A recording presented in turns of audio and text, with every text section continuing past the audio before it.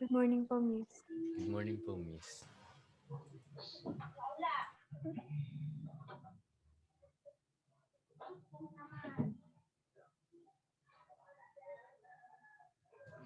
Morning po, Miss.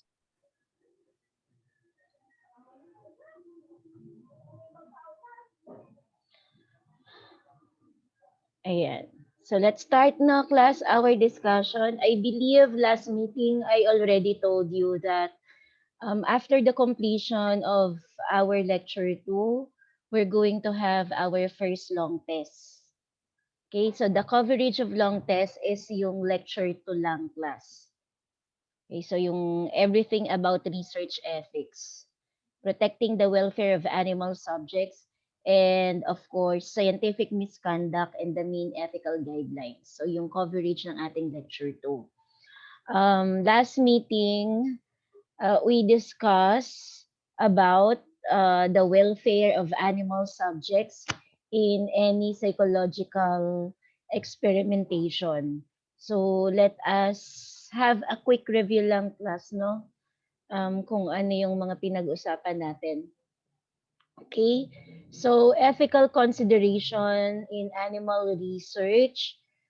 Before we conduct any experimental result to humans, so ang unang tumatanggap po ng treatment, procedure, or medication are the animals. Okay, some groups of researchers would say that it is better to use animals to minimize the harm for human beings. But despite the fact, no, that we are allowed to use animals in our research, we should also be responsible, no, to make sure that they are being taken care of, and to make sure, class, that they are not being abused, no, in any experimentation. So in psychology, we value the life of the animals, especially those we use in any research. One moment, class.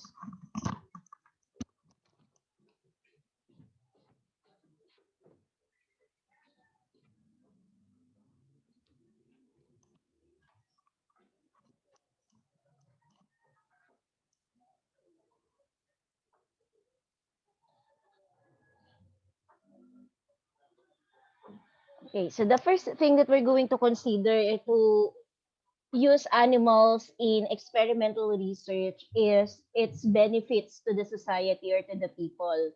So if the benefits could not outweigh the harm, towards the animals, therefore we cannot continue our study. So we have to defend our research, no, kung ito ba ay nakakabuti sa mas maraming tao versus yung risk na ibibigay natin with our animal subjects. So again, principle number 1, beneficence and non-maleficence. Is it allowable for one species to cause pain, suffering, and death to another to achieve benefits for the former species? So, ayan ay nakadepende, class, no, on how are you going to present your research study or experimental study to the Board of Psychologists. No, so we allow, no, any animal to experience pain, suffering, or even terminate their life as long as the benefits is large enough, no, para maging sacrificial lang or para i-sacrifice natin yung buhay ng animals in our experimental research. Next. Oh, just look at that giant smile on Robin's face as he gets a big gorilla hug. And, you know, so much has been said about Robin's gigantic heart. And I can tell you firsthand, he did have a gigantic heart. How he loved. Play again. Ayan. So, in this experiment, class, we have understood na we really have to take care of the animal subjects because they do feel some emotions, no? They know what we are doing to them. Okay, they are capable of loving, they're capable of touching our lives, no? Also, with the research about animal subjects, we have realized that all animals, especially the gorilla, are feeling the same things, no?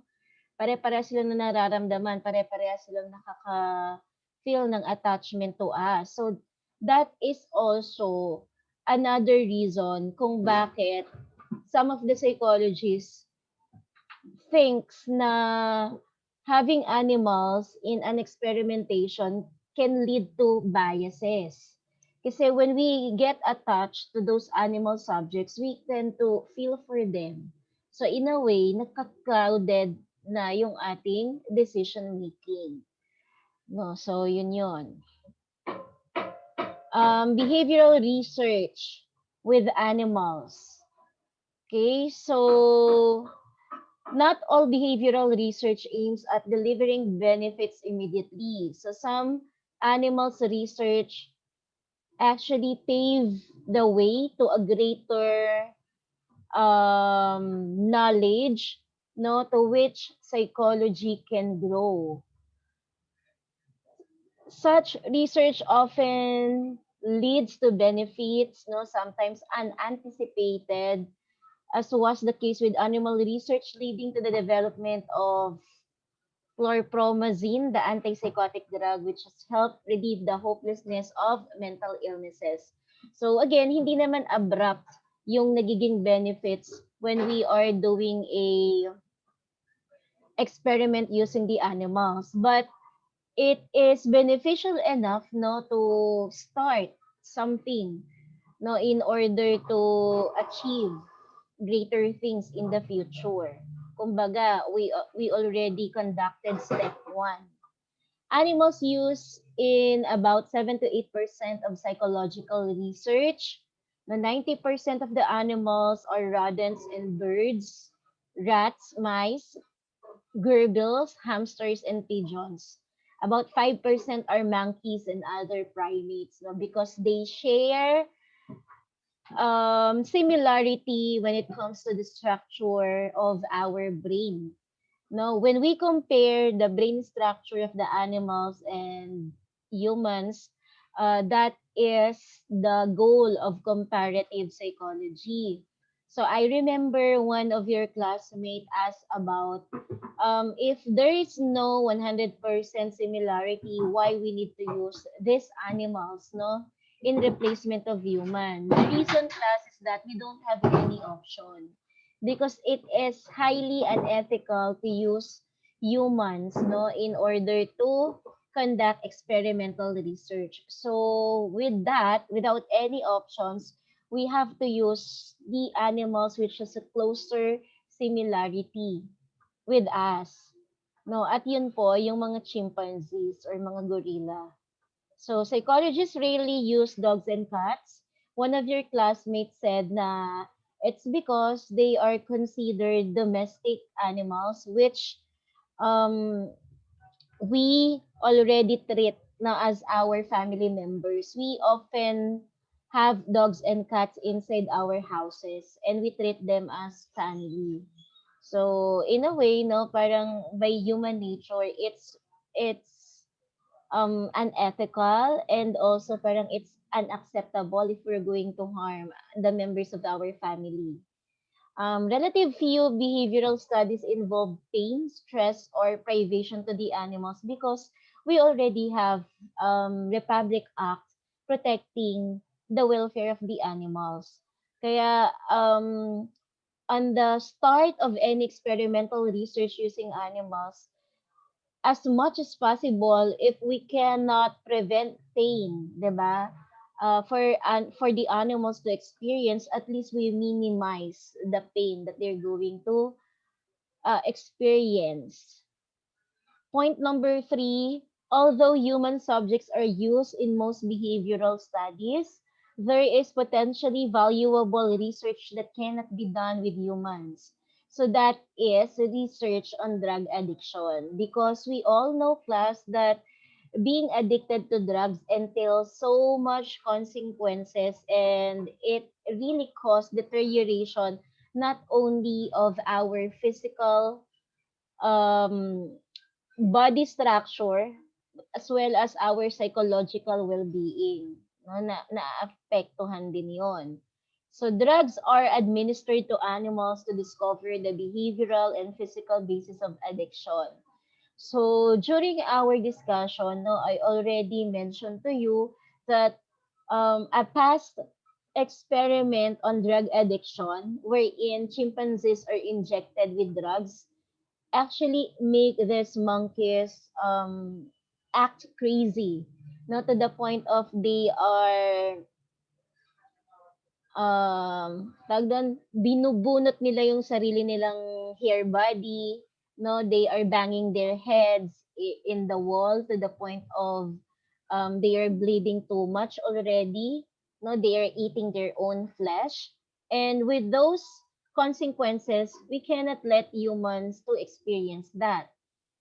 As harsh as it could be, no? So, kung hindi pwede sa humans, pwede sa animals. So, once again, class, no, those research kasi would be acceptable during the olden era or the past years because we don't have any sort of information about the effects of drugs. But if you're going to replicate this experimentation nowadays that we have enough information, that would be unethical. So once again, balik tayo dun sa number one. Again, benefit is not immediate. No, so it actually paved the way for us to understand certain things. So siguro this time, no, nung ginawa nila yung experiment with the chimpanzees or the gorilla in terms of the effect of drug addictions, mapapatawad natin because this is something that we don't know about. Pero this time, we cannot do it kahit pa yan ay animals. Because we already know what will happen. Masyado nang malinaw sa atin tong bagay na to. So, with that, replication is not allowable anymore. Some benefits of animal research, we have talked about it, no? Some are used in treating certain diseases, eye disorders, even communication with severely retarded children. No, we have understood in experimental research using animals that children above 7 years old will have difficulty learning languages, no? Especially kung hindi sila naturuan habang bata pa. Class, we have millions and billions of neurons in our brain. And as we mature, yung neurons na yon is actually lessen in number. Nauubos po yun, no? That is the reasons why yung mga matatanda, nagkakaroon sila ng Alzheimer's disease leading to forgetfulness. No, it's because nawawala yung ability natin to absorb information. That is the reason why class, a kid, for example, 5 years old to 7 years old, they can actually learn at least 5 languages at the same time. 5 languages at the same time. No, because they have so much neurons. So, you cannot say na, Miss, hindi mo na ako mag-aaral ng elementary, high school. Sa college ko na lang uubusin lahat ng neurons ko. So, we cannot do that because nga, nauubos siya, no? So, kapag hindi natin nagamit, this is not something that we could replenish o kaya this is not something na itatago muna natin and then gagamitin na lang natin pag kailangan na natin. No? As much as young as you are right now, class, no, do not stop learning and acquiring knowledge because meron po kayong capability in order to do that. Okay, control of chronic anxiety without the use of drugs, effects of the consumption of drugs and alcohol by pregnant women. No, so there are many animals who sacrifice, no, in order for us to know information regarding this one. As of now, pregnant women are not allowed to use drugs or consume alcohol during pregnancy as it may influence the the fetus, no, inside their womb. Maraming nagkakaroon ng stillbirth. When we say stillbirth, no, we don't know that the infant actually dies inside the mother's womb, no, hindi pa siya ipinapanganak. It can also cause a lot of dysfunction and physical disability with children. Sometimes kulang ng daliri sa kamay at paa o kaya nagkakaroon ng blindness, no? And any other congenital diseases. Use of biofeedback to reduce blood pressure and the risk of heart attack. So those are the benefits of animal research. It has also benefit class on learning and cognition, no? So function of our mind. Successful treatment on hypertension, chronic migraines, lower back pain, and insomnia. Improve approaches to treating obesity, alcoholism, and substance addiction. And program instruction in education and industry. Um, I have here an example, no, in terms of treating obesity. I don't know if you know about the different slimming devices, no, yung RF machine. And then recently, class, I tried using the slimming ion. I don't know if you heard about that. Sino ang nakarinig na nun? Okay, wala pa. No, pinaliwanag sa akin nung doctor sa clinic that by using the slimming ion, it's like they're putting radiation inside your body. Enough amount of radiation, no, na hindi naman madadamage yung katawan mo. So parang sabi ni doc doon, it actually tricking, no, your brain na parang yung slimming ion, it makes your brain thinks that you are actually doing an exercise. That's why the effect is like when you exercise, where in fact, nakahiga ka lang dun sa bed ng clinic.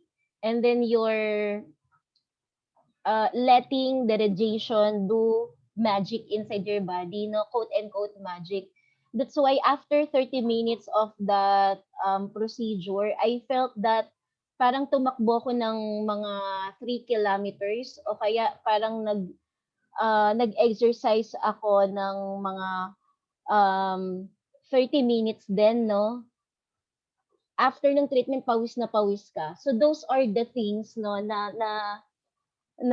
nabe-benefit using this animal research because we know how a certain part of our body work. And to that nga, no, naging parang, sabi ko parang nabigla ako, not nabigla ang term, parang sabi ko ang awesome nung experimentation because we can actually trick, no, our brain na nag-exercise tayo where in fact hindi naman. It is a combination of parang nag-wonder ka na parang ang galing, at the same time nakakatakot because ano na lang ulit yung kaya pang gawin ng science, no, when it comes to human behavior, no, with that fast pace ng technology. Nakakakaba din, 'di ba, na ano yung kayang gawin ng mga researchers na ito. Next is behavioral research with animals. Now, also benefits animals by contributing to successful breeding and preservation of endangered species, improvements in the care of pets and zoo animals, and prevention and treatment of animal diseases. So, we are not that evil naman in psychology and in science that we use animals for the benefits of humans and the society. We also conduct experimentation using animals to benefit their own species, no? Their family members who are endangered. We also talk about the 3 R's principle: reduce, refine, replace in terms of the animals used in experimentation. So reduce, think first, no? If you need 100 rodents, for example, on your experimental research, think na baka naman pwedeng 50% lang yung kunin mo, kaya 50, no, instead of 500. Na instead of inflicting halimbawa 220 voltage ng electricity, baka naman kaya ng 20 or 50 lang, no? So refine. Research should see to it that procedure done in animal research be examined carefully to minimize the pain and suffering of the animal participants. Okay, again, if we cannot prevent pain to happen, so at least minimize it. Another one pala in refinement that I forget to mention last meeting class is that when we use animal subjects in our experimentation, we have to make sure that we are taking care of them in a sense na you're going to provide a comfortable place for them to rest after the experimentation. Hindi yung nakikita natin na you're going to put, for example, the animals in a very close storage or space, no? Na bahala na sila doon sila magpupupo, doon sila iihi, doon sila kakain. No. Parang we have to treat them as a VIP kasi nga we use them in our animal research. And when the animals are stressed, hungry, no, those can actually affect the result of our study. Di din maganda. So replace, if there is a possibility that animals can be replaced by other materials, no, the researcher should opt for its replacement. Some other scientists are donating food for the animals, no, if they happen to use um, that particular animals in any experimentation. Republic Act 8485 in the Philippines aim to protect the welfare of all animals in our country. Okay, not just those animals used in experimental research, but those animals um, that are objects of trade and the household pets, no, they are being protected by the Republic Act number 8485.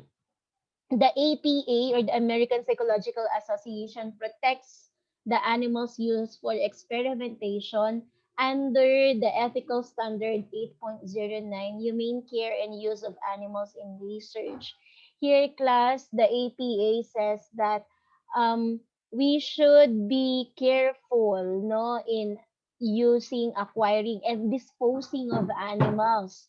Now, if we terminated the life of these animals for our experimentation, you're not just going to throw them in the river. No? Ayusin natin ang pag-dispose po sa kanila. Yan, appropriate consideration of their comfort, health, and humane treatment. We're not going to give them a space wherein they're going to be stressed out. No, we have to make sure that they are comfortable, no, while having the experiment. Psychologists make reasonable efforts to minimize the discomfort, infection, illness, and pain of animal subjects. So by all means, class, when we do something towards these animals, no, we have to make sure na i-minimize natin, kunwari nagkasugat sila in our experimentation. So, we're not just letting them to heal on their own. Now, we have to make a way in order for them to recover from the experimentation. Psychologists use a procedure subjecting animals to pain, stress, or privation only when an alternative procedure is unavailable. So again, gagamit lang tayo ng animals, especially inflicting them with pain or put them under stress if there is no alternative and if the goal can justify the prospective, scientific, educational, or applied value. Psychologists perform surgical procedures under appropriate anesthesia. No? So, hindi dahil animal sila, they are not susceptible to pain. No? So, kailangan may anesthesia. When it is appropriate that an animal's life be terminated, so we have to proceed rapidly, not prolonging the agony. And also dito sa human care and use of animals in research, we have to make sure that we seek the help of trained psychologists in animal experimentation before proceeding. We also talk about class scientific misconduct. No, scientific misconduct are the misbehavior that psychologists, no, or scientists done, no, during experimentation. So this scientific misconduct actually violates, no, the ethical consideration in conducting animal experimentation. So we have four areas of scientific misconduct or scientific dishonesty. So number one, fabrication and falsification of data, also known as cooking the data. So we produce, no, data or result of our experimentation without really doing any experimentation, or we altered the recording of the data or the result of our experimentation. Number two is non-publication of data. Once again, class, in the APA and the PAP, no, ethical guidelines and standard, we have the responsibility to make the result of our experimentation public, not to inform the participants and the public about the benefits and the consequences of our researches, no? So it's our responsibility to disseminate information. Number three, faculty data gathering procedure. So it has something to do with the capacity, the skills, ability of the faculty or the facilitator in conducting the research. So sometimes when the faculty or the facilitator do not have enough skills or ability to conduct an experiment, 'di ba, magsasuffer naman yung ating mga subject. And of course, pag nagsuffer yung subject natin, magsasuffer yung experimentation or yung kanyang result. Okay, in order to make sure that we are on the right track and we are doing the right thing, class, no, kailangan nga may presence ng isang trained psychologist or individual. No, and also, sinabi din natin dito in faculty data gathering procedure class that even though you are doing this experimentation for 10 years or 20 years, you cannot just conduct any experimentation without a plan, no, or without not following the procedure. No, it's because we are humans, we tend to forget things, no? And we tend to make mistakes. So it's much better if we're going to prevent those things to happen by sticking with the protocol and by following the process. Number four is plagiarism. So it's like stealing the others' work or ideas, no, and we have talked about different types of plagiarism: cloning, copy paste, find, replace, remix, recycle, hybrid, mash up, 404 error, aggregator, and then retweet. Okay, so class, these are all the topics that we have discussed last meeting. So I hope you forgive me if I give you a review of this one, no? Sabi ni si Miss June na paulit-ulit na lang. It's because ang haba kasi ng bakasyon, no?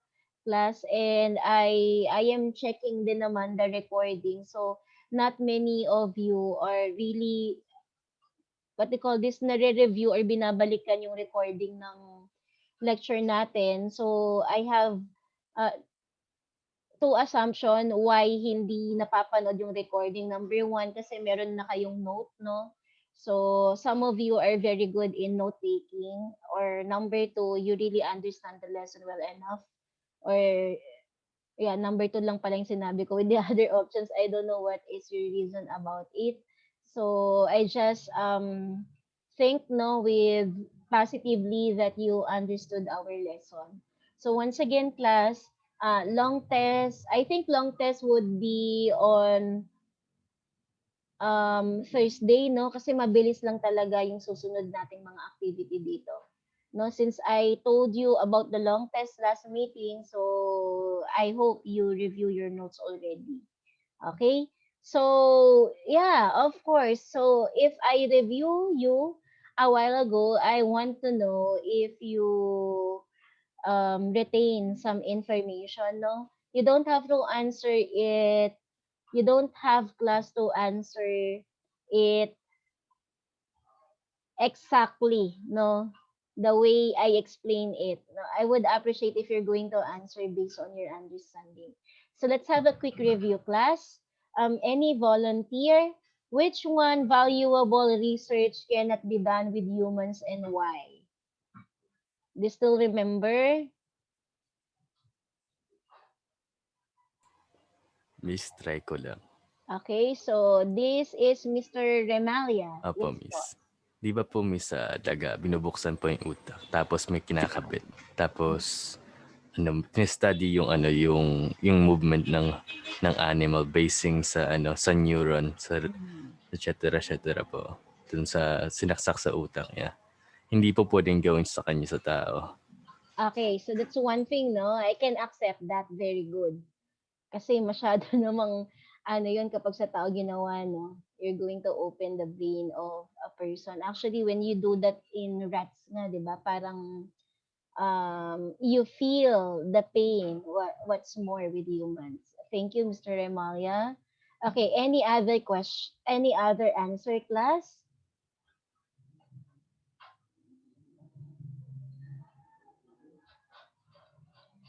I'm looking for a specific answer which we talked about a while ago when discussing the benefits of animals in psychological research. Miss, Ms. Zaraga. ito po ata yung about sa drug addiction. Okay. Cannot be done with humans, especially Okay. po kunwari yung person is pregnant or ganito. Okay. So, yun, no? So, drug addiction, yung one valuable research cannot be done with humans because it entails a lot of disadvantages, no? You could harm yourself by inflicting drug, no, inside your body. Parang lahat na andito, lahat na ng negative, okay, makukuha ng human when we do this. Okay, number 2. What are some considerations psychologists are taking to minimize the harm done to animal subjects? So there are many answers to this one, class. Okay, can you give me some of your thoughts?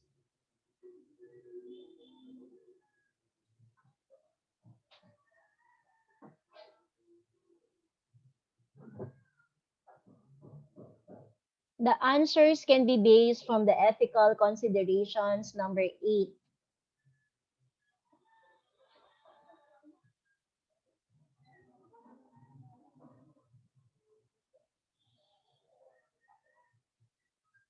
Ano pwede nating gawin to minimize the harm done to animal subjects?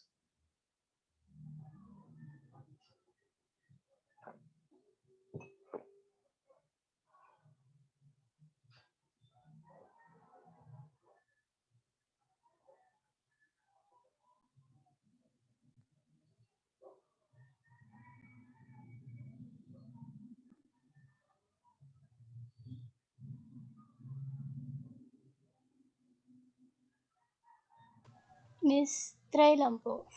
Miss Bogabil, thank you. Ano po, for example po, kunyari, ang kailangan mo na animal subjects is 100. So, if you can reduce it to half of it, possible po na pwede natin gawin. And, for example din po na nasugatan yung animal subject natin, hindi natin sila pwedeng um, i-push dun sa experiment. Kumbaga, iti-treat natin sila agad before doing the experiment. Okay, very good. No, that's one thing. What else? Miss, Miss Santos. minimization of the drug dosage po, if ever, to lessen the harm to the animals po. Imbis na mataas na dosage, kung pwede babaan para lang po makita lang talaga yung effect. Okay, very good, no? That is reduce kasama yun sa 3 R's principle. Okay, are there any more answer? One more. Miss, Miss Zaraga. yung paggamit po ng anesthesia para po hindi masyadong ma-harm yung animals, especially po kapag extreme pain po. Okay, very good. Thank you, Miss Zaraga. I think Mr. Barroso will also say something. Tama ba? Miss, ano po, yung sa pagkakaalala ko po, hindi ko lang po sure. Pero yung naalala ko po ay miss yung parang sabi po ni Charlene na kapag nasaktan yung animal, parang kunwari po, parang may naalala po kung sabi niya na kapag mam, ma, mamatay ata, parang wag naman dahan ganun mangyari. Dapat diretso na. Parang Okay, ganun. so correct yun, no? Tama yun. Wag So, po pahirapan pa. yes, no, wag nang pahirapan pa. I commit a mistake dati, no, bata pa ako. Parang na-experiment ko yata yung ipis, no, kung ano-ano yung ginawa ko para i-prolong yung death. Nilunod sa sink, binuhusan ng joy. Yun naman ay pinagsisihan ko na, no, out of childhood, ano. So, yun. Ay, miss, Yeah. may Mr. question lang po. Barroso. Miss, kahit po ba yung mga ganun, kahit po yung mga ipis, dapat hindi po ginagawa sa kanila yun? Kasi po ako din po minsan ginagawa ko yun. Parang Natatawa nga ako kasi minsan pag inano ko tong animal subjects, no, may pagkaano naman to. Because sometimes pumapatay tayo ng ganon because syempre, 'di ba they are insect, no? So if we're not going, minsan pampatay natin, 'di ba yung tsinelas? opo. I think that is acceptable na gagawin natin because they are harming us in a way. Pero after this one, yung na-tackle tong animal subject, no? Parang for me, ang gagawin ko na lang para hindi ako makapatay ng ipis is prevention. Na ba't ba nagkakaipis? Kasi 'di ba madumi yung ano, yung paligid.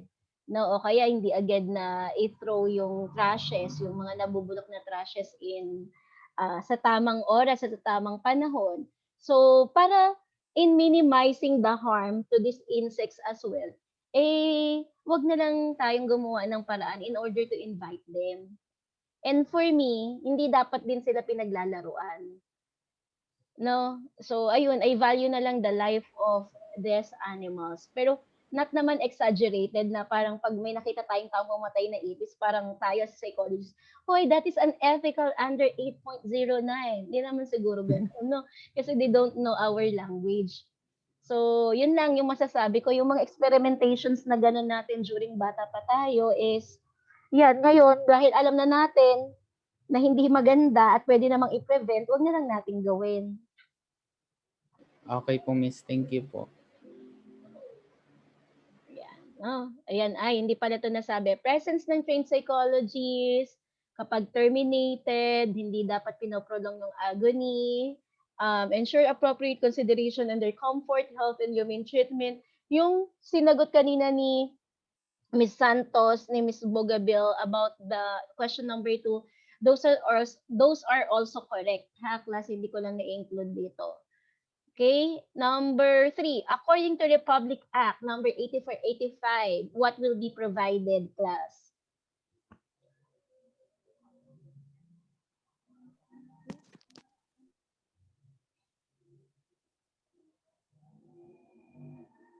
Ano sinasabi nito?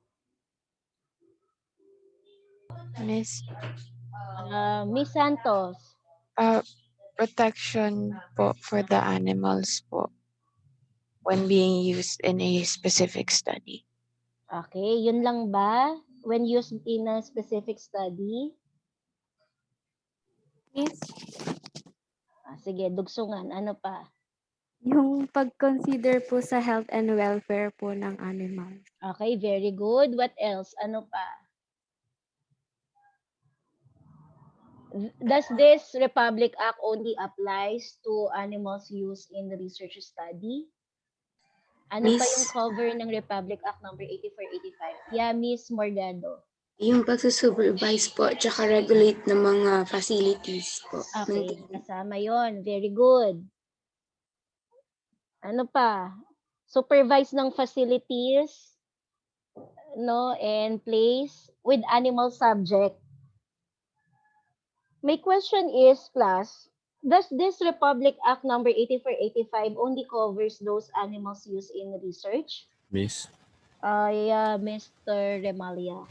Lahat po ng hayop ng inaalagaan, kahit po sa pet shop or sa household lang.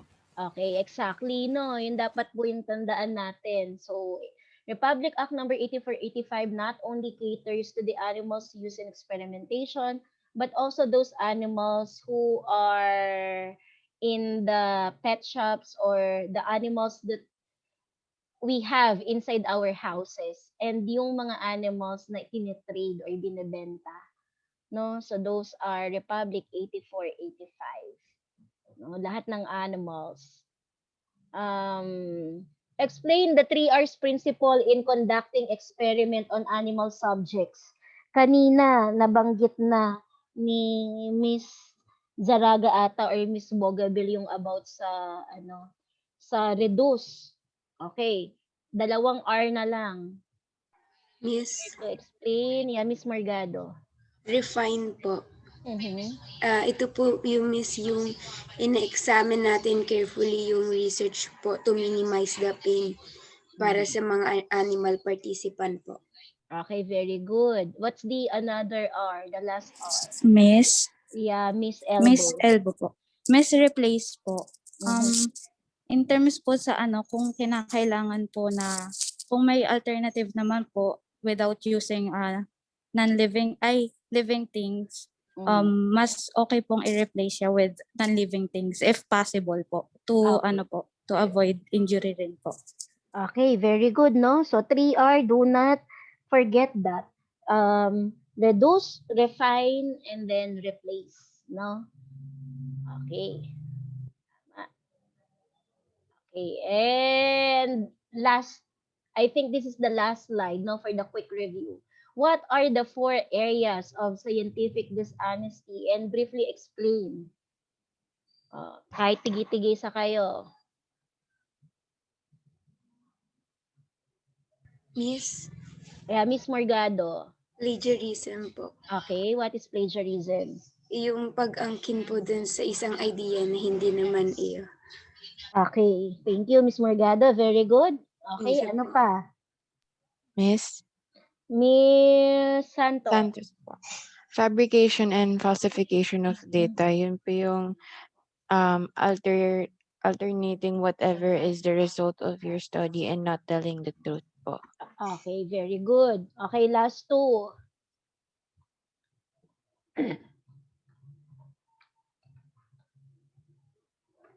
Plagiarism. Yeah, Miss Elbow.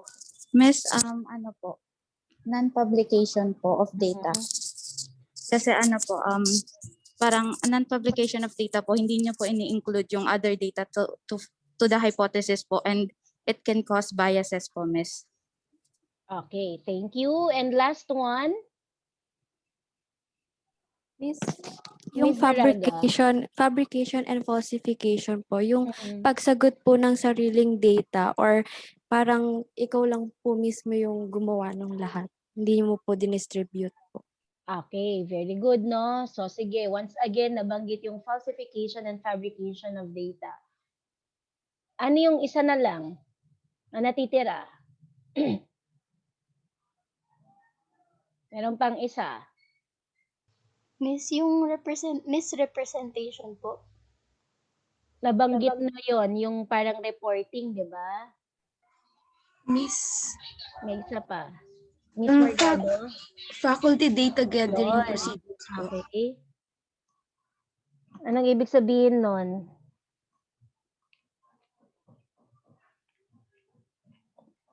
What do we mean by faculty? Miss, Yes po.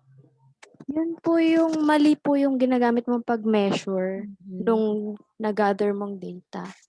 Okay. So, very good, no? At nakadepende yon sa ability and skills ng facilitator. Okay? So, yun ang ating quick review, no, class? Mr. Remaria, Ms. Zaraga, Ms. Bogaville, Ms. Santos, Mr. Barroso, Ms. Morgado, and then Ms. Elbow, you will have additional 5 points on your long test. Okay? For answering this quick review. Thank you No, po. thank you for Thank you po, Miss. Thank you, Miss. Thank you po, Miss. Thank you po, Miss. Thank you po, Miss. Okay, sometimes magre-reward din tayo, no? I know, class, na I am not forcing you to share your thoughts in class. Pero you can also share through private chat, no? Maganda din naman na meron tayong engagement so that I know na nagkakaintindihan po tayo sa klase natin. Okay, let us continue, class. Okay, so what are the top 10 poor behaviors, no, when conducting an experiment, no, or in relation to the scientific dishonesty or scientific misconduct? So number 1, falsifying or cooking research data, fabrication na yan. I-run down lang natin, ignoring major aspects of human subject requirements. So ito yung paggawa ng informed consent, no? And also yung hindi isinasaisip ang reduce, refine, and replace. Not properly disclosing involvement in firms. Ibig sabihin nito is that niloloko mo yung mga tao on your research conduct, no, na meron ka palang hidden agenda. It's because the company will benefit. Relationship with students, research subjects, or clients that may be interpreted as questionable. No, like for example, you use the work of your students, o kaya you use your students as your participants in the study. No, parang inabuse mo yung power mo in a sense na pag di ka sumali, I'm going to give you a low score. Okay? Using another ideas, no, that is plagiarism. Unauthorized use of confidential information in connection with one's own research. So example, I am a teacher and then I have access with your grades, diba? Grades in psychological statistics and grades in experimental psychology. If I'm going to conduct a study on the capability of psychology students on those courses, and I didn't ask your permission, ibig sabihin, I am violating an ethical standard, no? Kasi hindi ko kayo in-inform at inabuse ko yung karapatan ko or yung what do you call this? Inabuse ko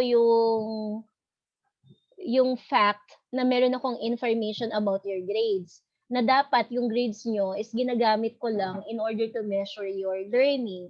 Pero not to use it in my own research. So that is poor behavior.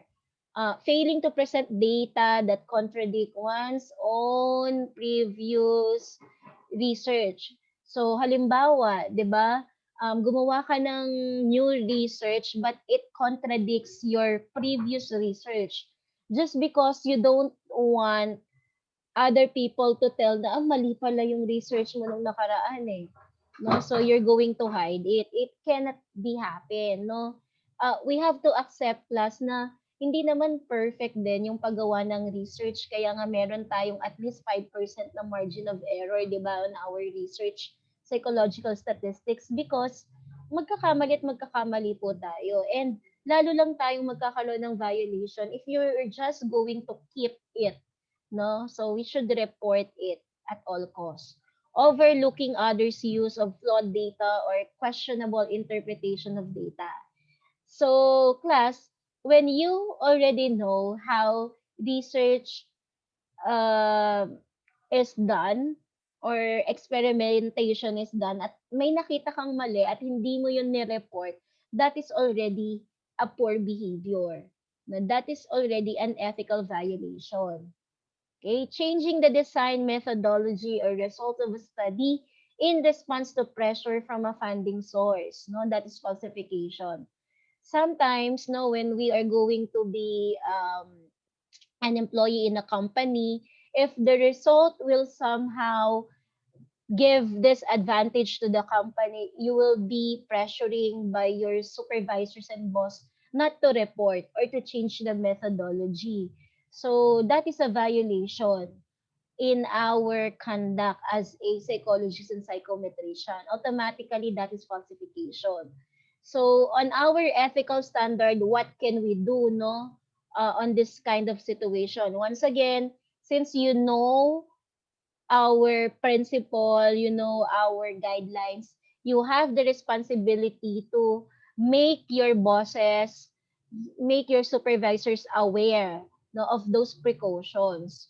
So if at the end of the day hindi sila pumayag, it's on your decision whether to stay with the company or uphold mo yung dignity mo as psychologist or psychometrician. Pero ang pinakamagandang gawin, class, is that napag-usapan natin no, during the discussion is that when you are going to tell your supervisors that it is unethical and you cannot pursue with the study, you should have an alternative no nasasabihan sa iyong boss kung paano mas magiging mas ethical, kung paano mas magiging maganda no na gawin yung isang bagay. Kaya yun. Mahirap kapag kayo ay nasa real world na sometimes kasi talagang mahati kayo doon sa what is the right thing to do no as a psychologist or a professional, and then what is the right thing to do in order for you to keep the job. I don't want to be perfect in front of you no, may mga bagay sa professional life ko that even though I know that it isn't right, but because I don't have the power to stop it, as of now, wala akong means to do it, no? I kept a blind eye. Ang hirap para sa akin para sabihin to sa inyo kasi you're going to be professional as well, no? Siguro kapag may time na ako, may sapat na akong power to voice out my opinion, ayun magagawa ko na, no? One of my favorite teachers before in NSTP told me that if you don't want the system, you better leave the system. Kasi a system is there already for the longest time. And if you don't have the power, you will end up hurting yourself no, in the end. Anyway, that's another story. Yun lang, just a reality bites, no, when it comes to decision making. Yan. Why does misconduct happen? No? Bakit nagkakaroon ng misconduct? Publish or perish pressure. Okay? So, nape-pressure ka na to publish your research because especially here in academe, no?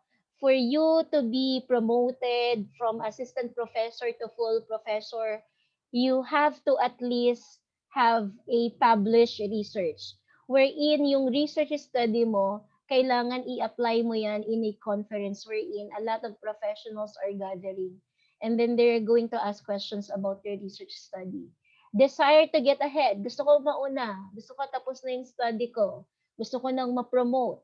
Personal problems, no? Misconduct happen. Since you are already bombarded with a lot of pressure, meron pang pandemic, and then magre-research ka pa but you also is professors, no? Tapos meron ka pang breakup and other personal problems that you cannot really do your job properly.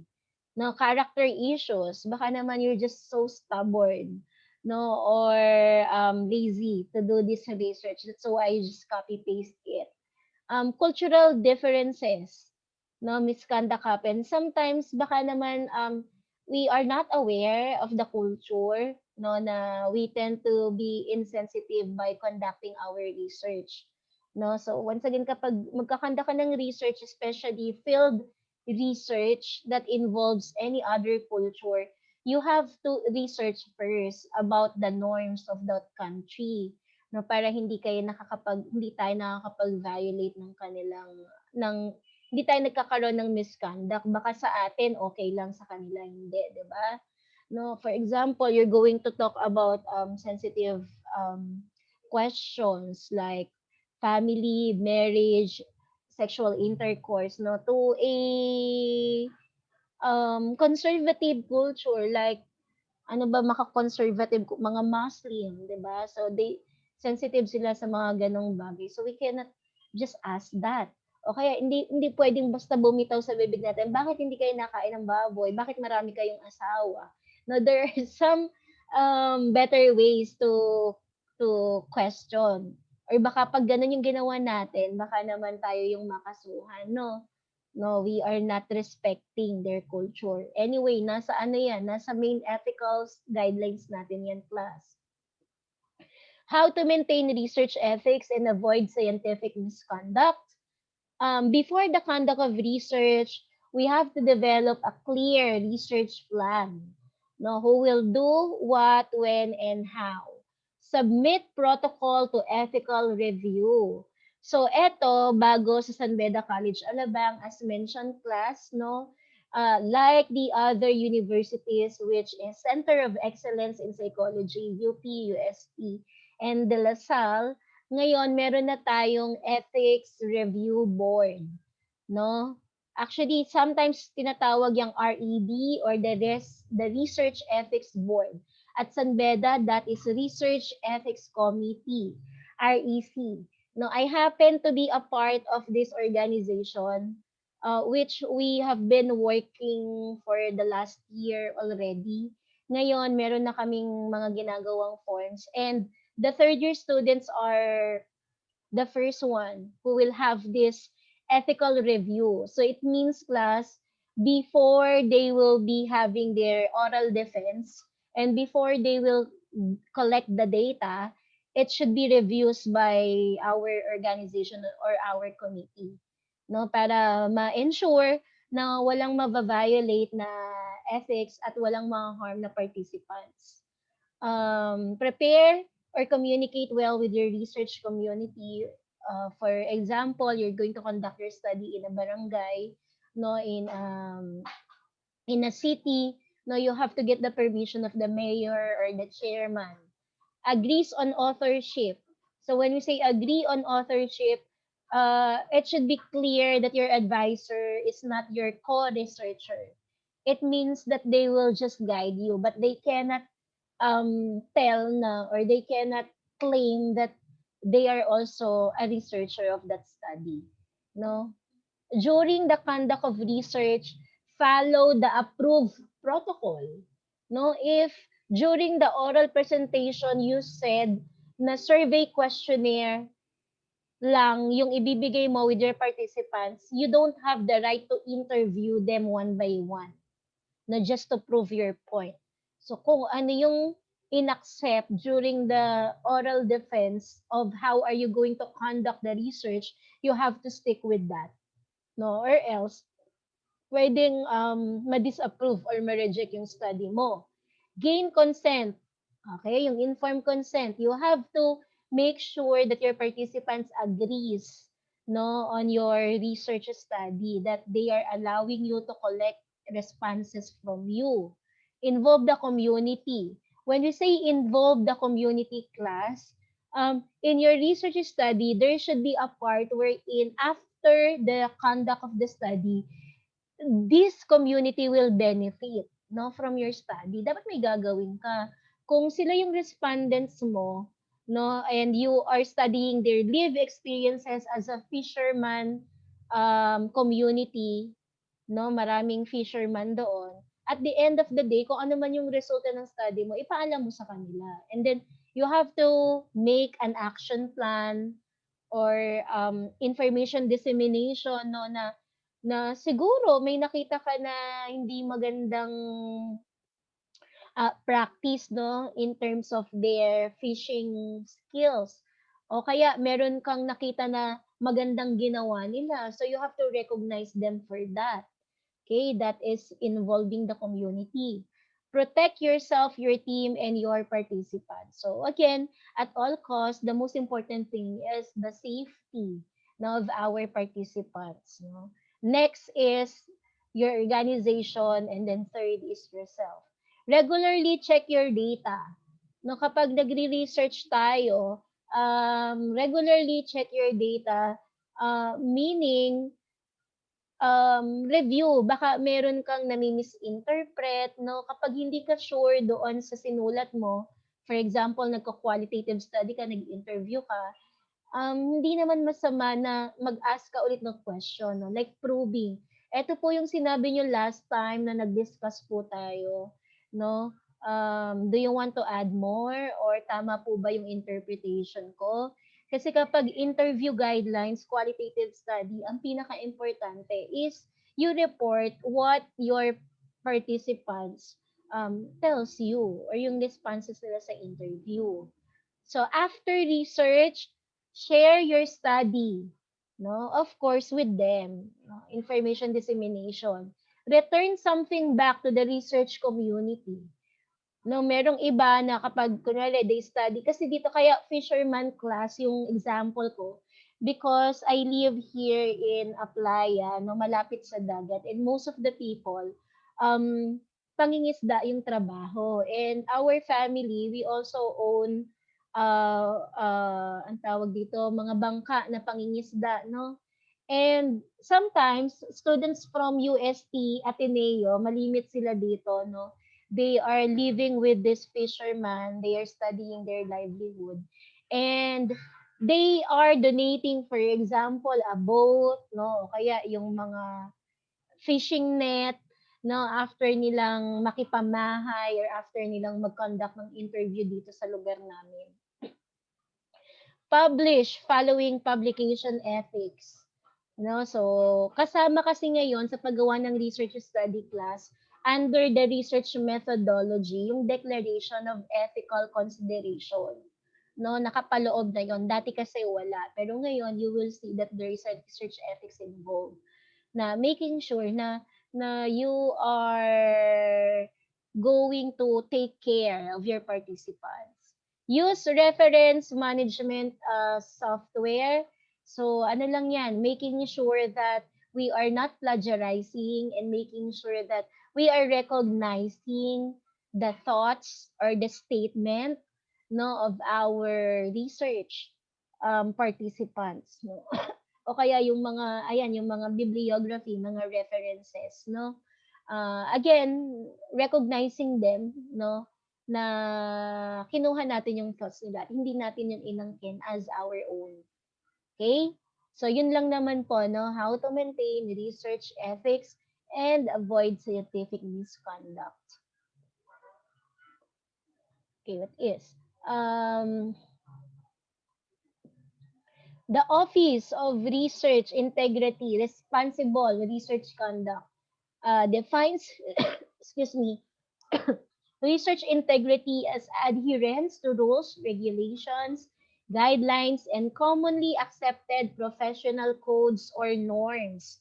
So again, class, no, in our preamble, nakasaad naman doon that there should be a commonality. Ibig sabihin, we're going to follow, no, yung norms in our country. Thus, meron tayong PAP, Psychological Association of the Philippines, Research Ethical Guidelines and Standards. No, kasi naintindihan natin, class, that different culture requires different judgment, no, or decision making based on the commonality or based on our norms. Research integrity is essential to ensure the reliability of research results and to preserve public support for research. So, maganda na meron tayong guidelines kasi when we say reliability, it means consistent. So, if your punishment for misconduct is to alisin yung license ng isang tao, you have to be consistent on that. Hindi pwedeng yung judgment mo with this person is different from another person. Now, the reasons why we have these ethical guidelines and standard is for us to be consistent, no, with our judgment, to be consistent with the conduct of any research. Okay, so yun yung integrity, okay, ng isang research conduct. Kailangan consistent, no? Kailangan what you call this, fair, no, for all individuals. Okay? Now, let's go with the main ethical guidelines. So, sige, before tayo mag-continue ng main ethical guidelines, sandali na lang to, class. Mag-break muna tayo. Is 8:41. Balik tayo, class, ng 9:40, 50, 9 o'clock. Hindi. Ang tagal naman nun.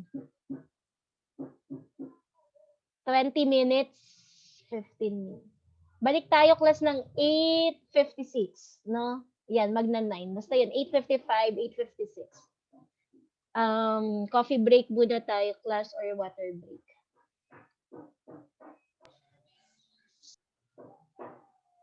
the main ethical guidelines, no? So this one naman are ethical guidelines specifically in psychological research study. Aligned with the American Psychological Association and the Psychological Association of the Philippines. Okay, so in doing research, how can we say that we have done the right thing? Now, can we strike a balance between what is right and what is moral? Are things we have done widely accepted by the community? So once again, in our first slide, no, dito sa first slide ng main ethical guidelines, inintroduce na natin agad yung APA and the PAP because that would be our basis, no, on deciding whether our research is ethical or unethical. We could say that we have done the right thing if we follow the APA and the PAP ethical standard on the conduct of psychological research.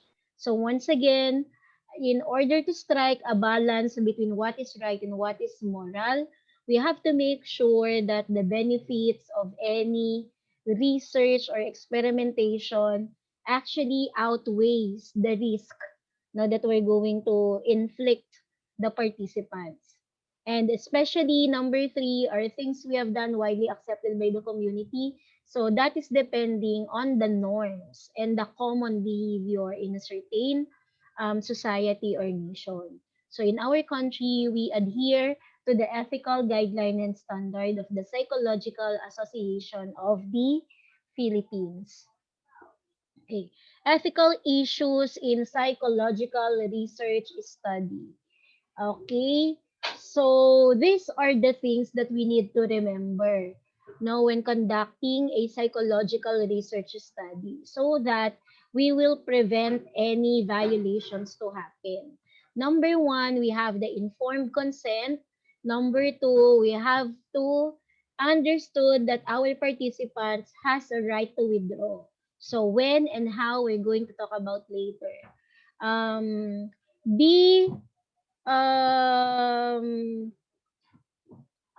be knowledgeable no about how to make the participants confidential and the responses of our participants confidential. And then what are the things we can do in order to protect our participants? The briefing, no, why is it very important? And then lastly is deception. Can we deceive our participants? And what is the limit no of deception if ever inaalaw ito ng PAP or inaalaw ito ng psychological research study class?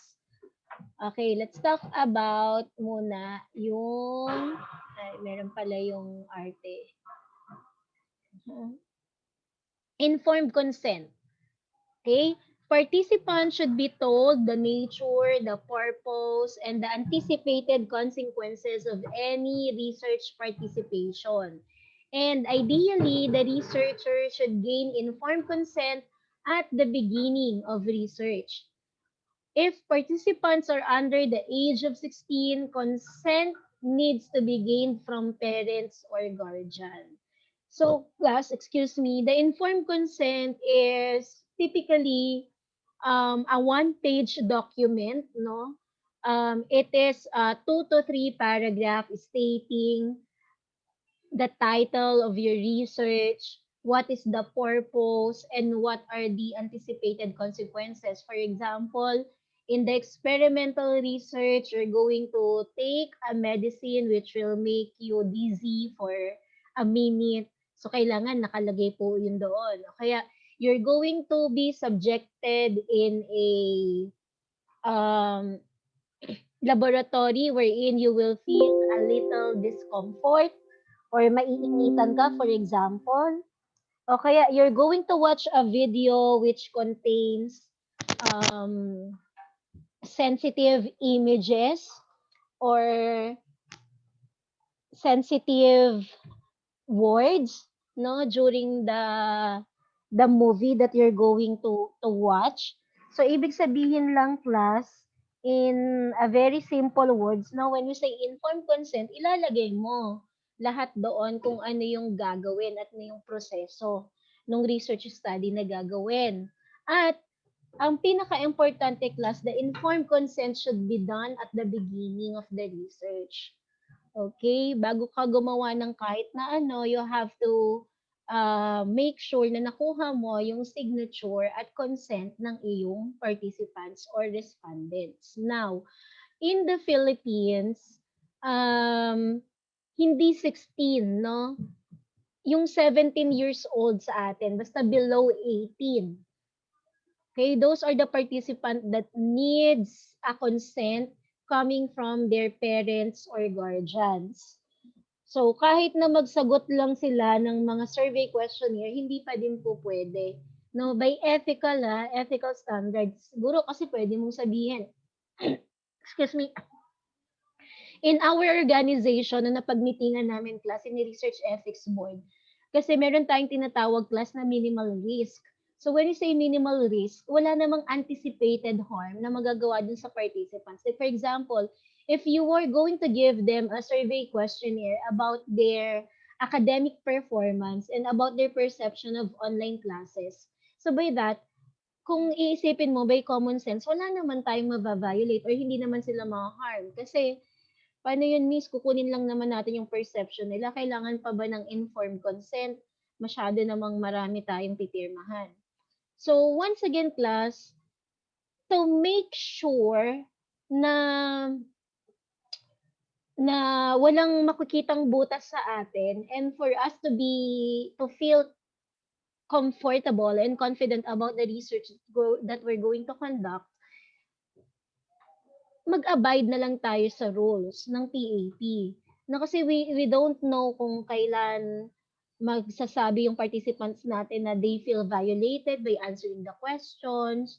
So with that, no, magbigay na din tayo ng informed consent.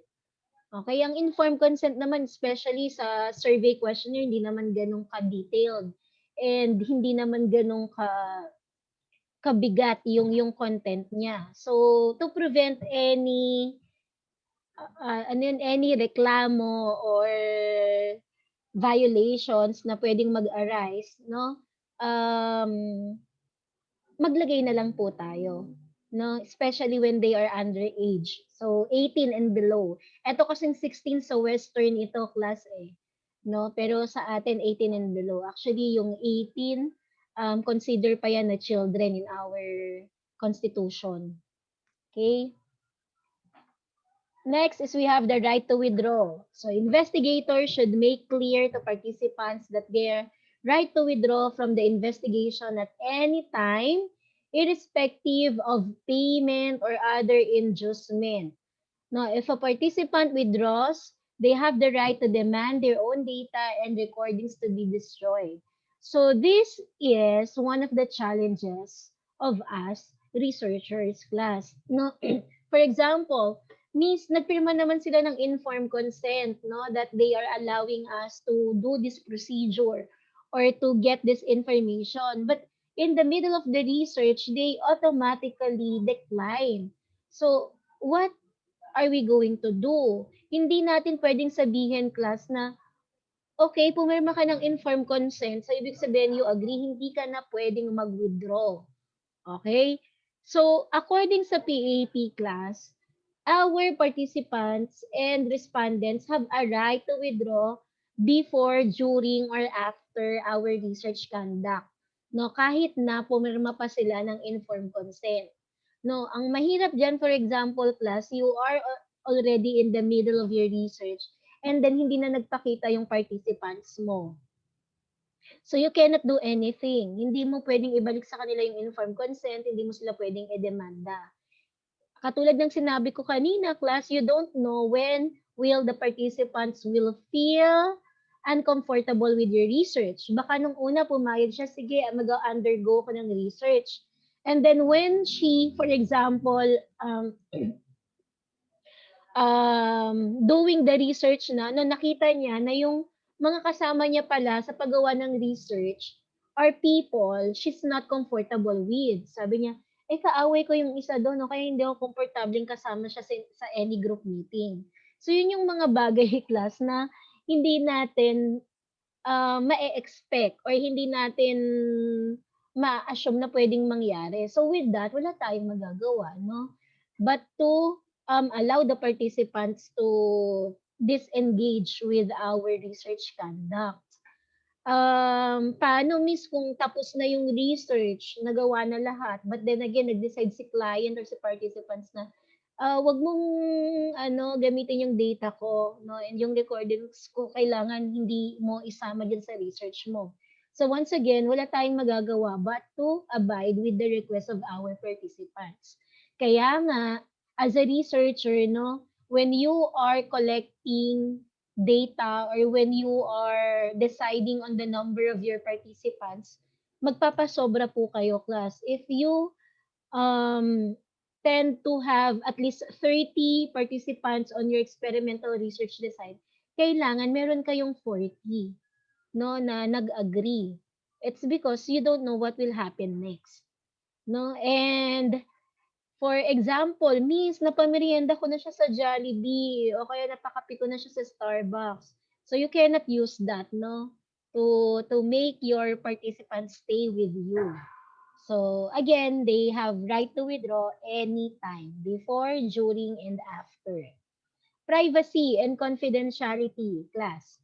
Participants' privacy should be respected, and in the case of observations, research, you should only expect to be observed in a public place. All results or information gathered relating to specific individuals must be kept confidential. So names or details of participants should not be released.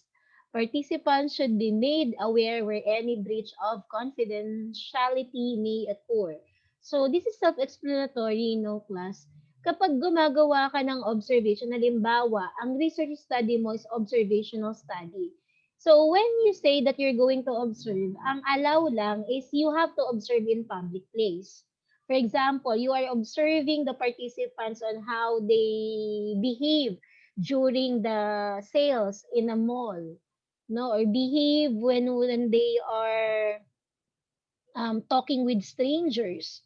So hindi mo sila i-observe when they are already in the vicinity of their home or houses, no? So private na yon. Ibig sabihin, kaya nga siya pumasok, for example, ng bahay niya, pumasok ng washroom, or pumasok ng CR, no, it means they're doing something in private. And you don't have the right um, to observe them or to know what they are doing. So again, kapag observational research, kailangan you have to observe them in public. No, kapag susundan mo na sila, class, hanggang pagtulog nila, hanggang sa loob ng bahay nila, paano sila makipag-usap sa family members nila.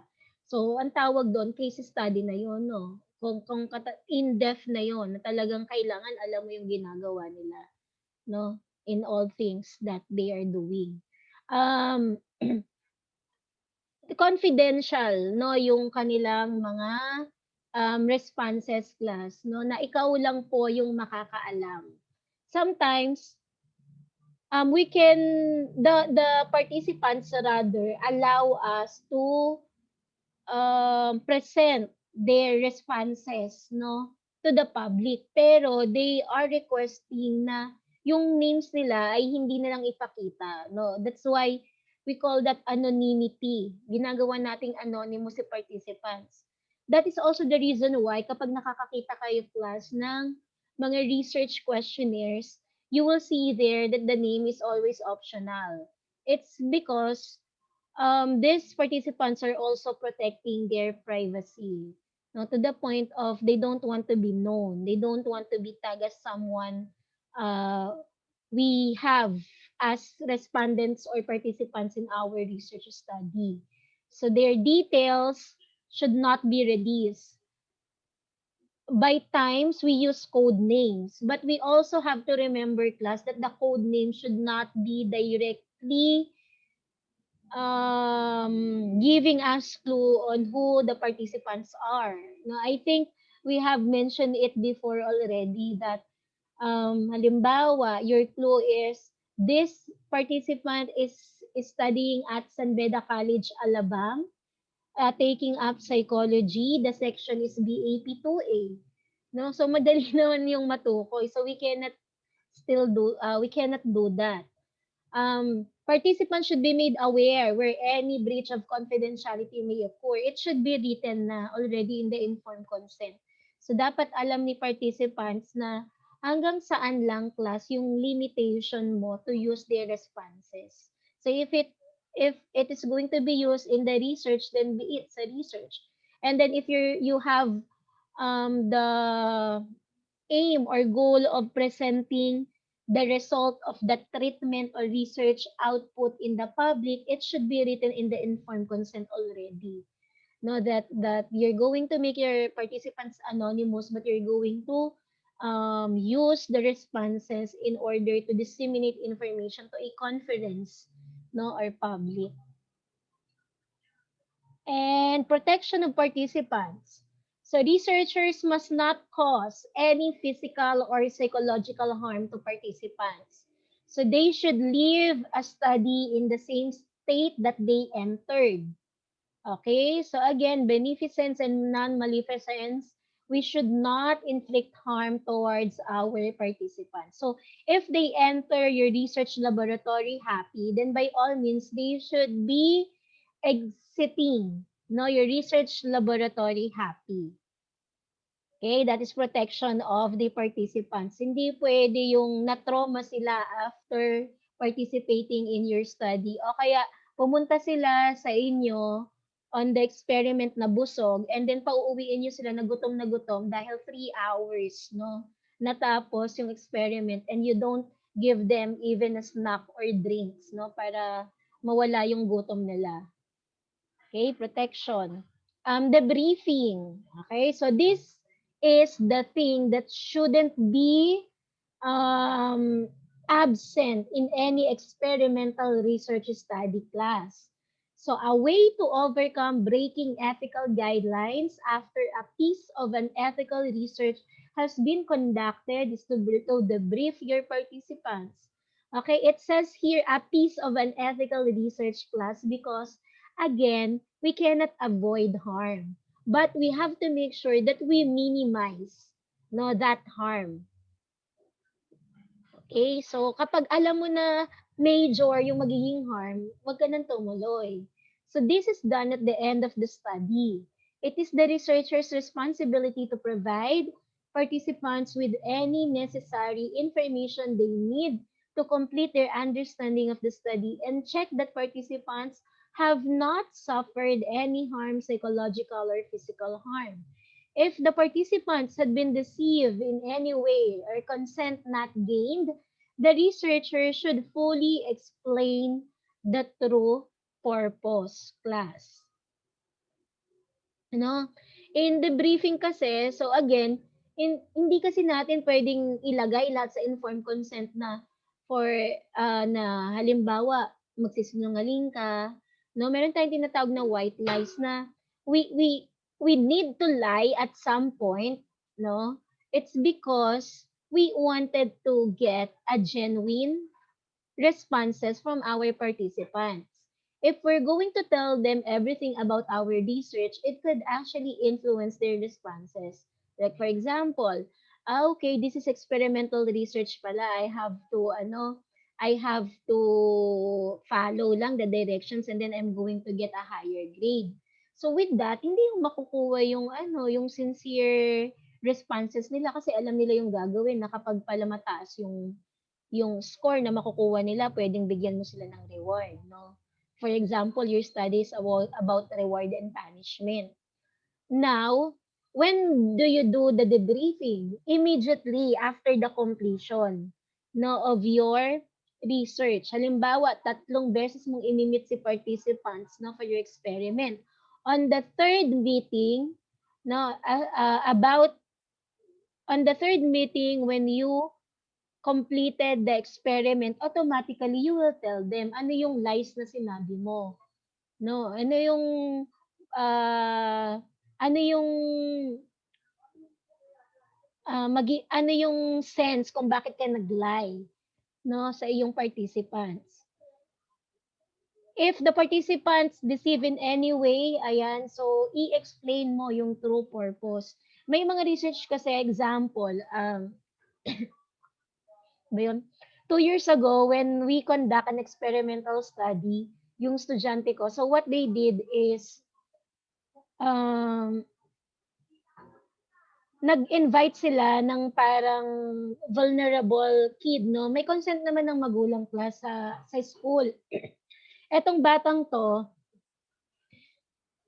magmamakaawa siya sa parang sa klase. So, pumasok siya sa class namin and then sabi niya, namatay, knock on wood, namatay yung tatay niya, pati yung nanay niya, tapos wala na siyang kasama sa bahay.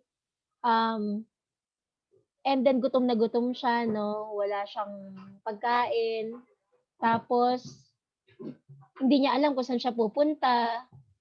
Meron siyang isang kamag-anak, lola niya, gusto niyang hanapin, kaya humingi siya ng pera.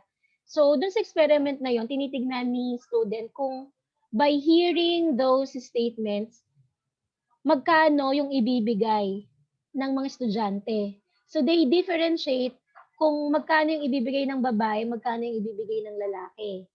Now, with that experiment, na kumbaga kinontrol natin yung emotional state ng mga participants, ng mga estudyante, no? And tapos, at the end of the day, bibilangin mo pala kung magkano yung ibinigay nila, no? And then, sasabihin nila, experiment pala yon, tapos parang nahiya siya, piso lang yung binigay ko. So, in a sense, makaka-influence yun sa psychological being niya.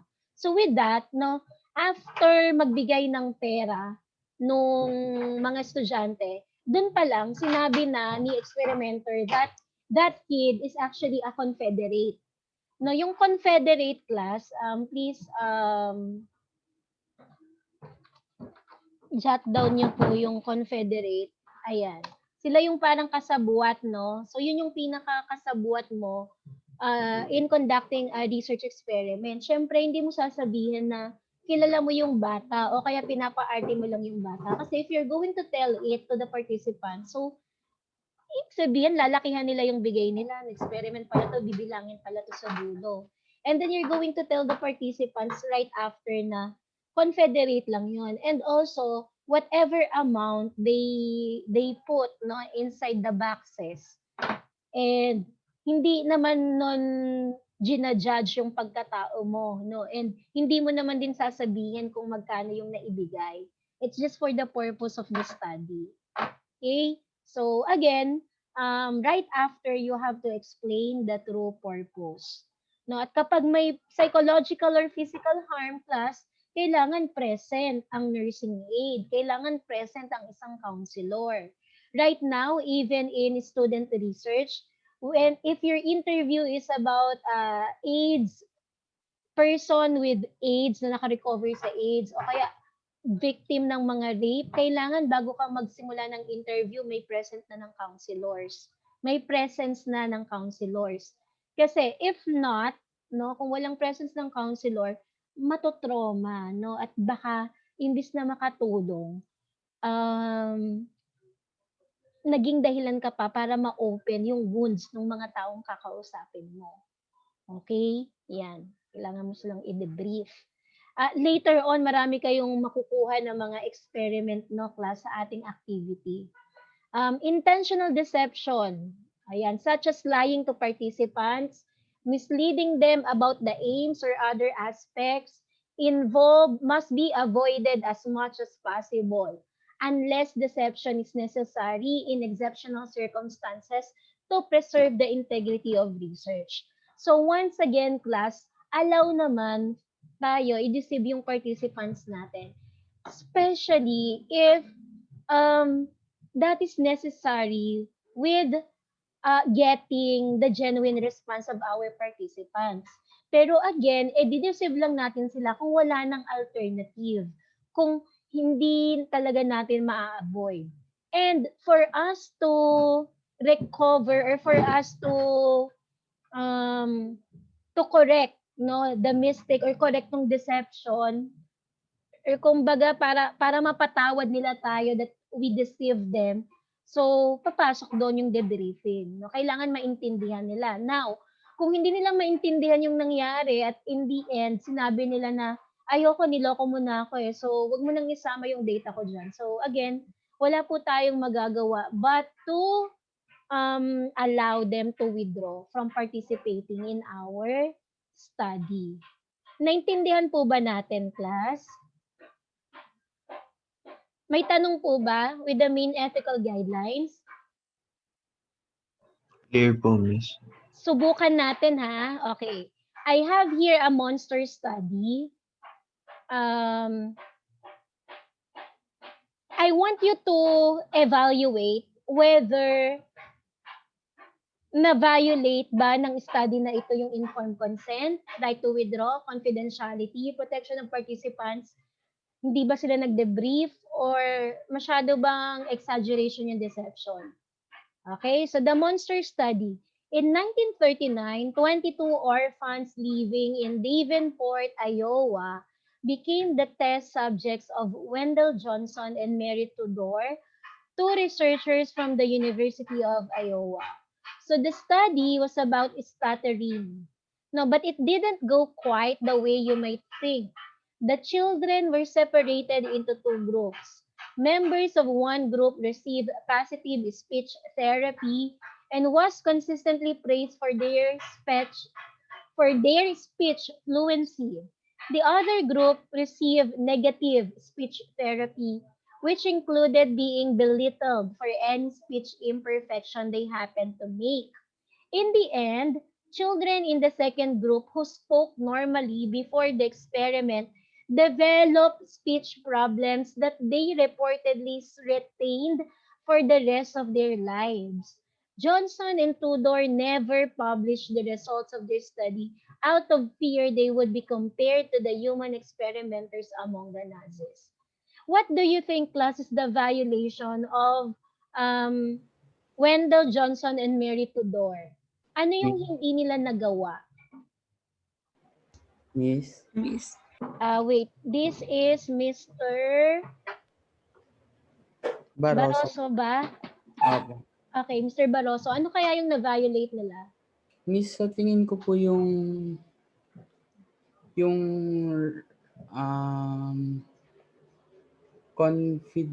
protection of participants po ata, Miss, or confidentiality. Kasi po, Okay, Miss, why? yung sabi niyo po kanina, parang po dun sa research about dun sa nawawalan siya ng pera and parents. Pero parang hindi naman po pala totoo, and may psychologically ma-harm yung mga participants, ay bawal po yun gawin, Miss, sa ethical Paano ba na-harm yung participants in this monster study? Ano po, Miss? Parang dahil po dun sa speech po, Miss,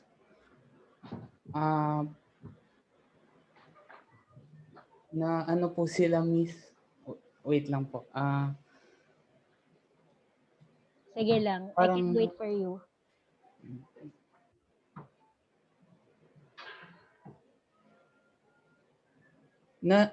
Miss, yung kabilang group po kasi, nag-receive ng positive na praise, and yung other group ay may imperfection daw. Kaya sa huli, Miss, parang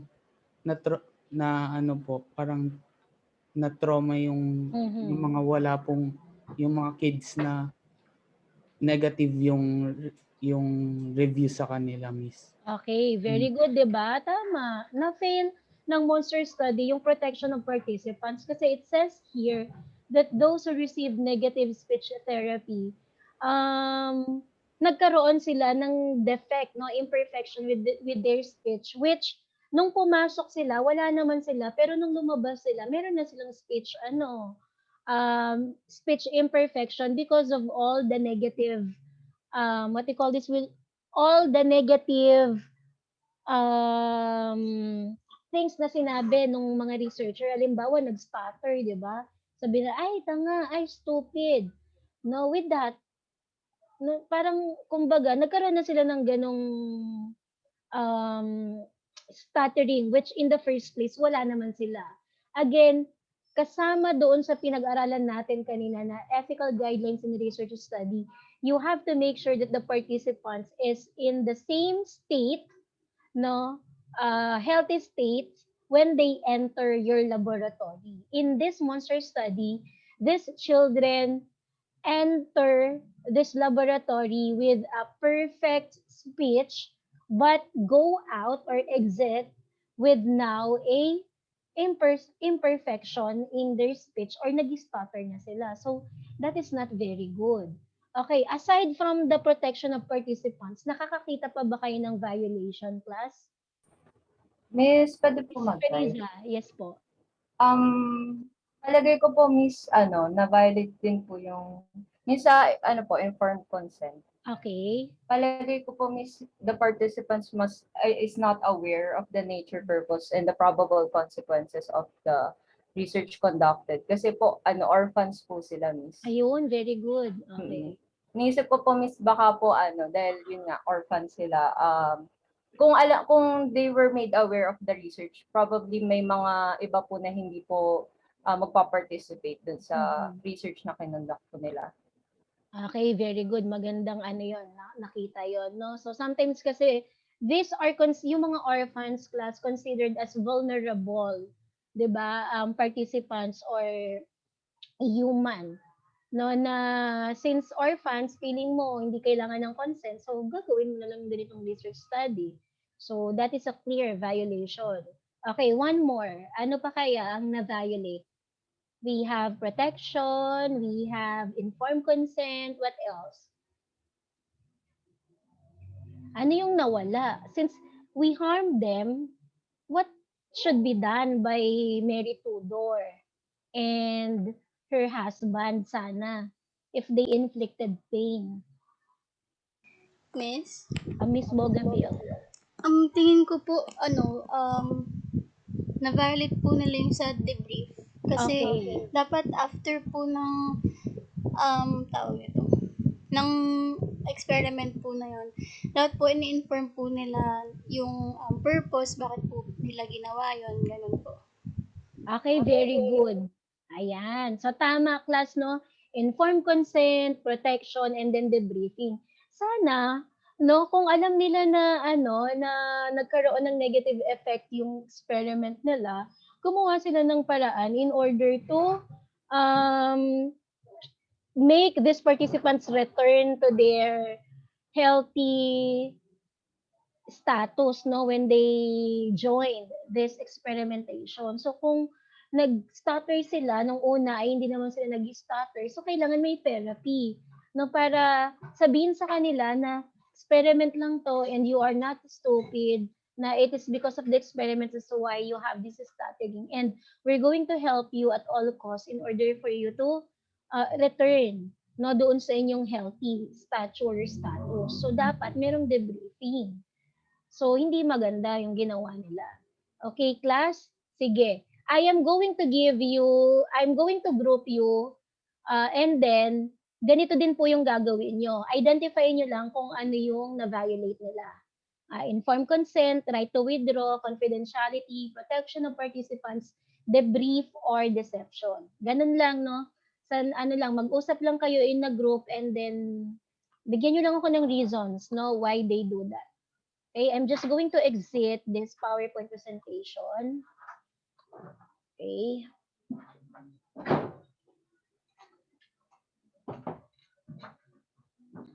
Kunin ko lang yung ating activity, group activity.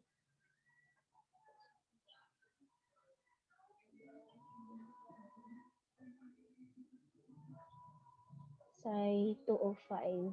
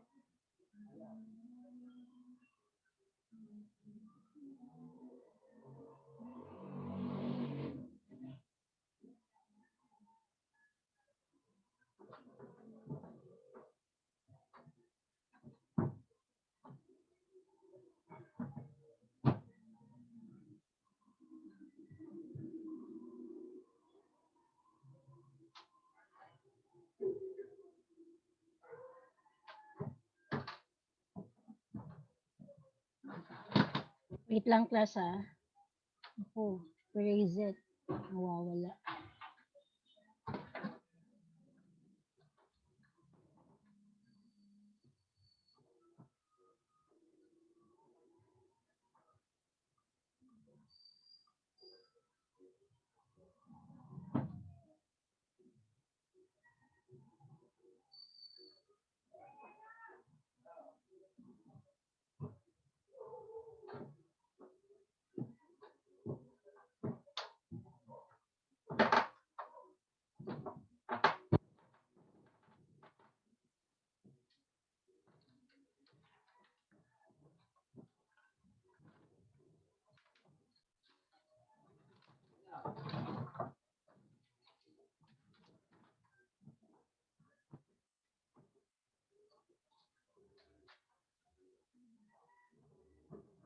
Okay, class, pa-copy po ako. Pa-take ng photo.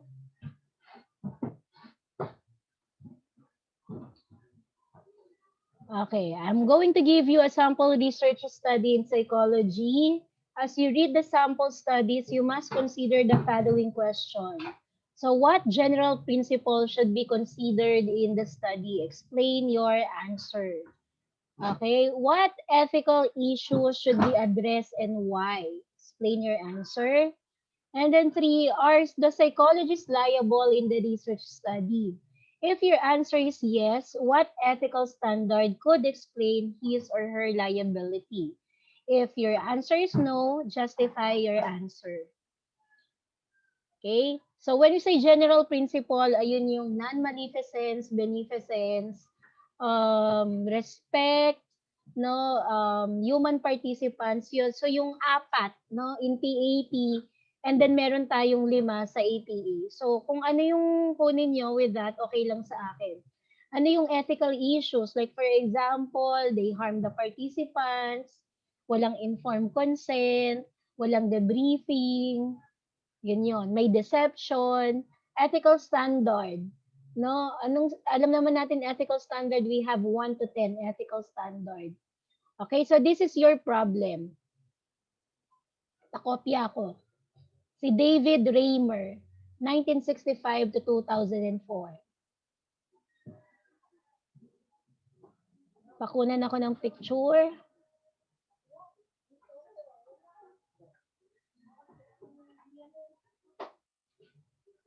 Okay.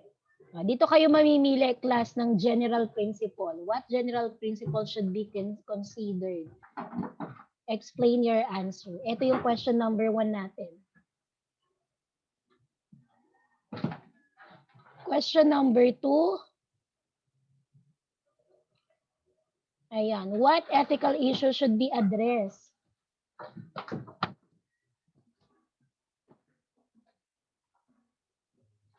And then question number 3. Ayan. Miss, Yung question number 3, ang dami. Mayroong A, B, and C. Yes po. pakibalik po sa question number 1. Hindi ko po na-picturean agad. Salamat po. Okay.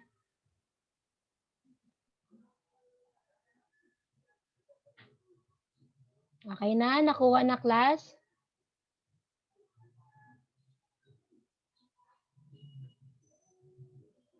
Okay, brief answer lang, class. I'm going to give you 15 minutes. Okay, to answer it. I-note nyo lang po.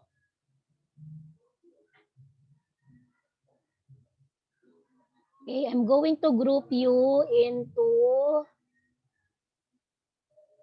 Ilan, ang dami nyo naman. 4 lang, no? Para mabilis tayo. So, 4, we have 6 to 7 participants per room. I hope you give your insight to everyone. Okay, class, go to your room.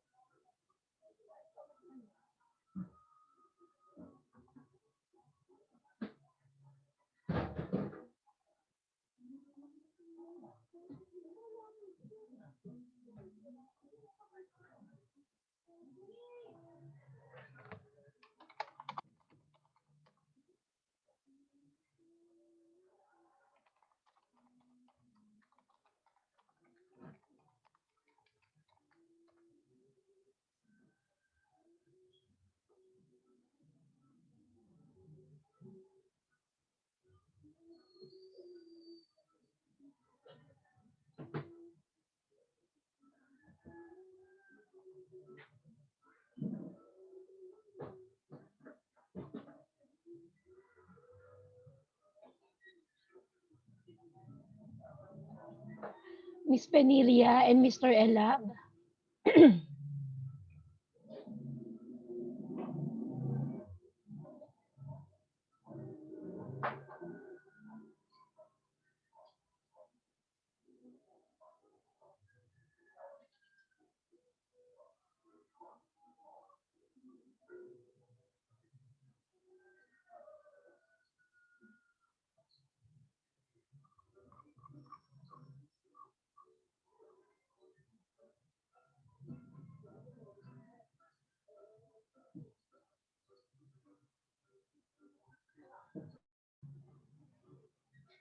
Hello, room 4.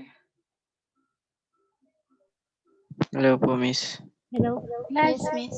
mag-assign na kayo ng secretary na magsusulat ng response card.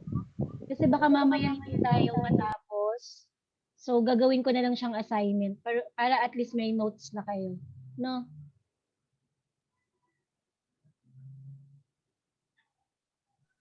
Okay po, Okay Miss. po, Miss. Okay.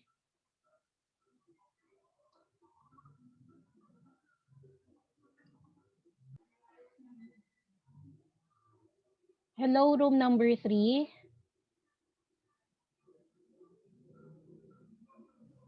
Ay po, Miss. Apo.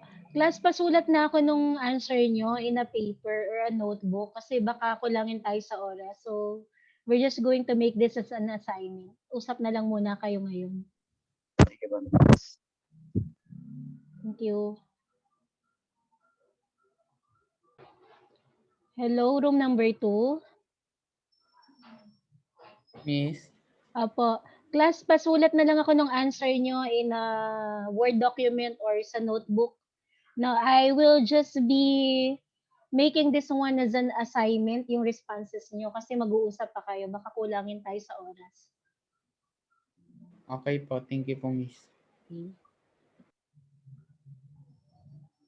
Children are developmentally not able to make decisions about some things, which includes engaging in sexual behaviors. Laws vary by state siguro, but a common age of consent is 16. Yes. Ayan. So, hindi siguro medyo alanganin kapag yung sa consent. Kasi age of consent varies by state and country kasi. So, dun sa ethical issue, nag-cause to na psychological harm. Because Noted po, Miss.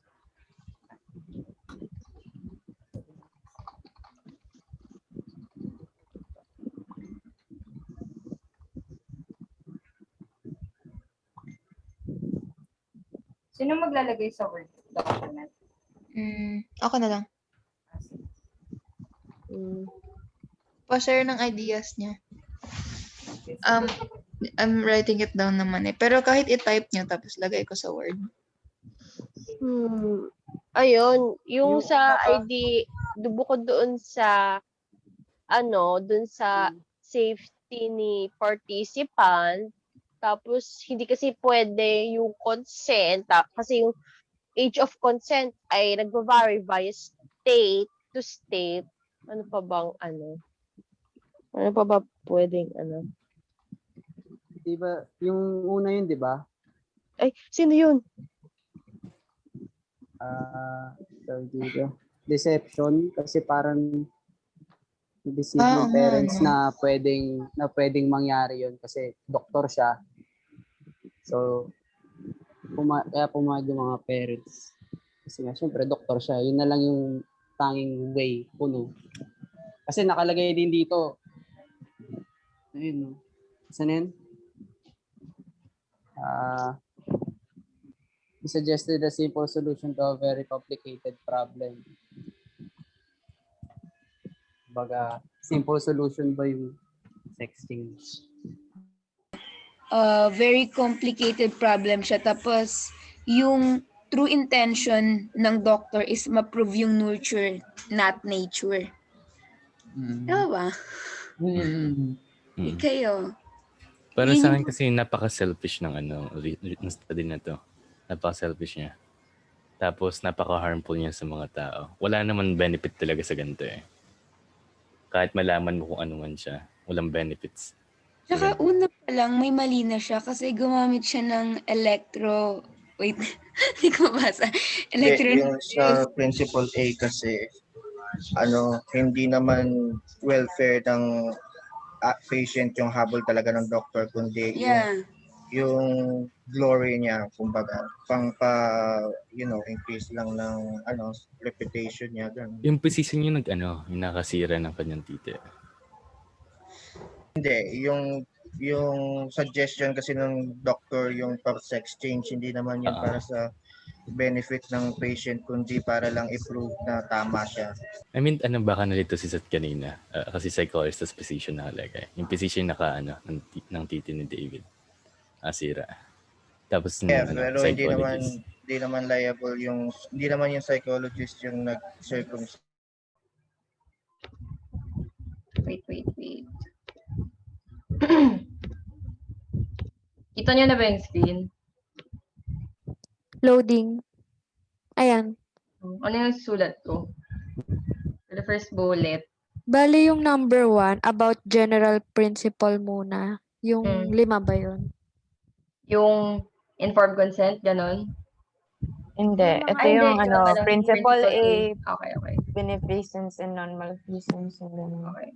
So, anong general principle natin sa study na yun? ang sagot ko dyan, B and C.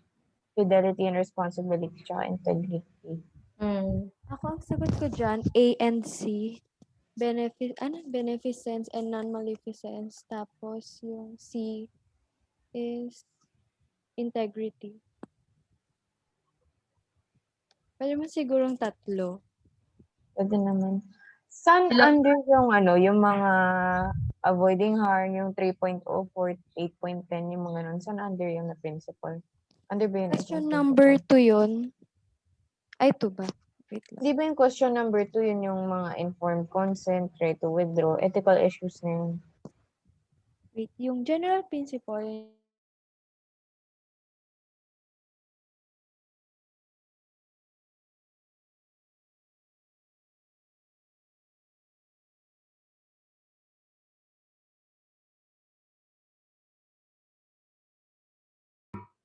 Mr. Raminahes, kapapasok mo lang ba or nawala ka lang?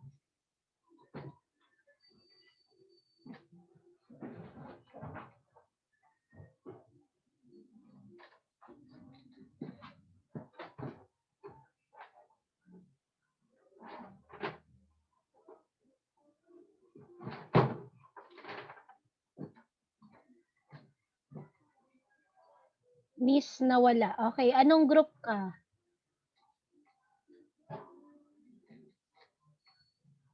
Kanino ka member? Group 4. Okay po, sige.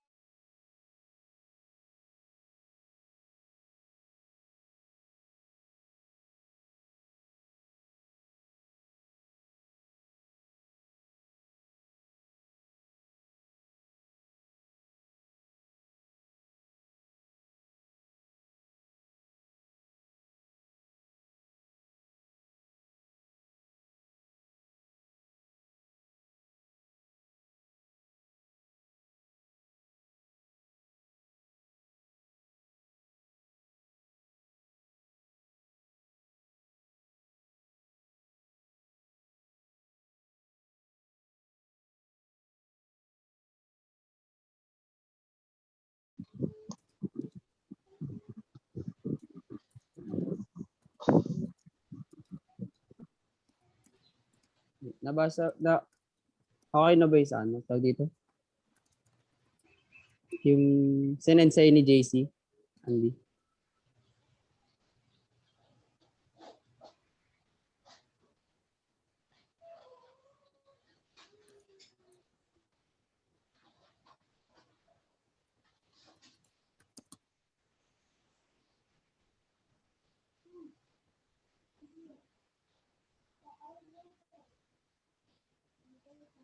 Debriefing.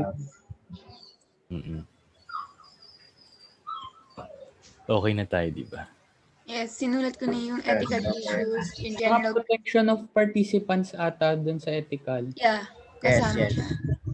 Okay, ito, sasabihin ko sa inyo para sure tayo. Sige lang. Yung ethical issues natin is protection of participant, debriefing, tsaka deception.